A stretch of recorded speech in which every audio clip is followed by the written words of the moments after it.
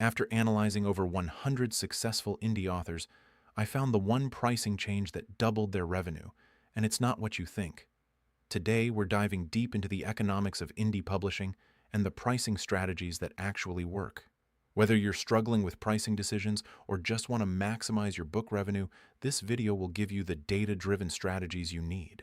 Let's start with something that might surprise you. The price you put on your book isn't just a number. It's a signal to your readers about the value and quality of your work. When readers see your book, they're not just looking at the price in isolation. They're making subconscious judgments about what that price means. Think about it this way. When you see a book priced at 99 cents, what do you think? For many readers, that price signals either a promotional deal or potentially lower quality. It's not always fair, but it's the reality of reader psychology. On the other hand, when readers see a book priced at $4.99 or higher, they often perceive it as more established, more professional, more worth their time. The psychology of pricing goes even deeper when we talk about free books. Free can be incredibly powerful for building an audience, but it also attracts a different type of reader. Free book readers are often less engaged, less likely to leave reviews, and less likely to continue with your series. That doesn't mean free is bad, it just means you need to understand what you're optimizing for. Here's where genre expectations become critical. Romance readers, for example, are accustomed to seeing books priced between $2.99 and $4.99. If you price your romance novel at $9.99, you're fighting against established market expectations. Conversely, if you're writing epic fantasy, readers in that genre often expect and accept higher prices because they're getting longer books with more complex world building. Let me give you a quick example. One author I studied tested the exact same book at $2.99 versus $4.99. Conventional wisdom says the lower price should sell more copies, right? Wrong. At $4.99, she actually sold more copies and made significantly more revenue. Why? Because the higher price positioned her book as premium quality in a crowded genre and readers perceived it as more valuable. Here's what I recommend. Spend 30 minutes researching the top 20 bestsellers in your specific genre on Amazon. Not just any books, but the ones that are actually selling right now. Look at their prices. You'll probably notice a pattern. Most genres have a sweet spot where the majority of successful books cluster. But you're not just looking at the numbers. You're trying to understand market positioning. Are the highest priced books in your genre from traditionally published authors or established indies? Are the lower priced books from newer authors trying to break in? This tells you something about how readers in your genre use price as a quality signal. Platform considerations matter too. On Amazon, there's a very specific reason why so many books are priced between $2.99 and $9.99.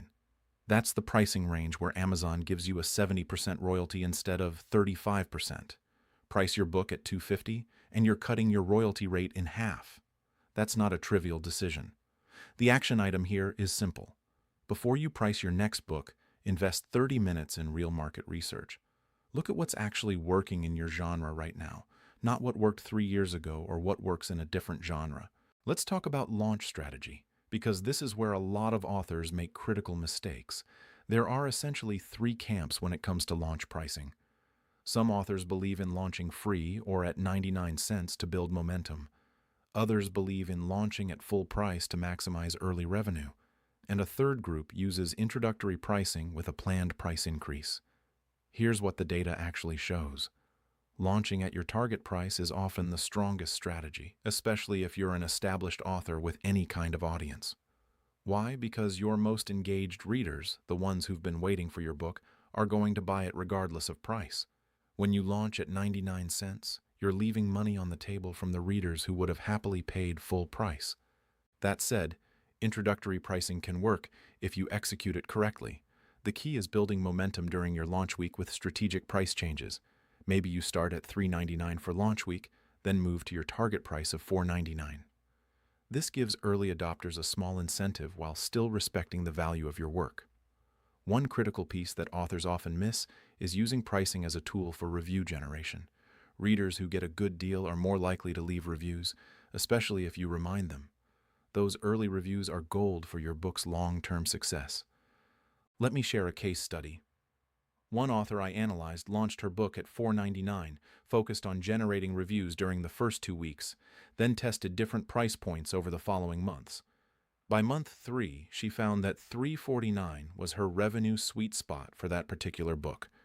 The result? 300% revenue increase compared to her previous launches, where she'd just set a price and forgotten about it. This brings us to what I call dynamic pricing, and this is where things get really interesting. Most authors set their price at launch and never touch it again. That's a massive mistake. Your book's optimal price isn't static. It changes based on competition, seasonality, reviews, and where you are in your series. The key is to review your pricing monthly and test adjustments quarterly. When should you change your price? When you notice sales declining. When you publish a new book in the series. When you see competitors adjusting their prices. When you're running a specific marketing campaign.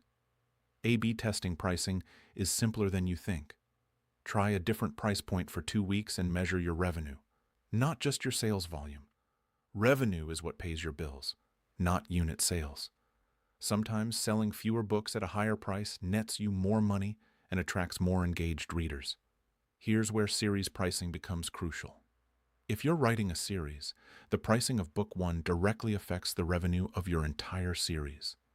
Many successful authors price book 1 lower to hook readers, then price later books higher. This works because once readers are invested in your story, they're less price sensitive for future books.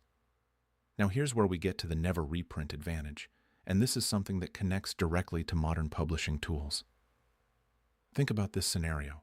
You've printed bookmarks, business cards, maybe even printed books with a QR code that points to your website. Traditional QR codes are static. If you want to change where they point, you have to reprint everything. But what if you could update where those QR codes point without reprinting anything? When you change your book price, your promotional materials could automatically reflect current offers. When you run a sale, readers scanning that QR code from a bookmark you handed out 6 months ago see your current promotion. That's the power of dynamic marketing coordinating with dynamic pricing. Let me give you a few rapid-fire tips that can immediately improve your revenue. First, track revenue, not just units sold. It's easy to get excited about selling 1,000 copies, but if you made less money than selling 500 copies at a different price, you've optimized for the wrong metric. Second, test price points quarterly. Set a calendar reminder. This isn't about constantly changing prices and confusing readers. It's about systematic testing to find your optimal price as market conditions evolve. Third, avoid these common mistakes. Don't price too low because you're insecure about your work. Readers don't equate low prices with generosity. They often equate it with lower quality. Don't ignore genre pricing norms. You can't force romance readers to accept thriller pricing just because you want to.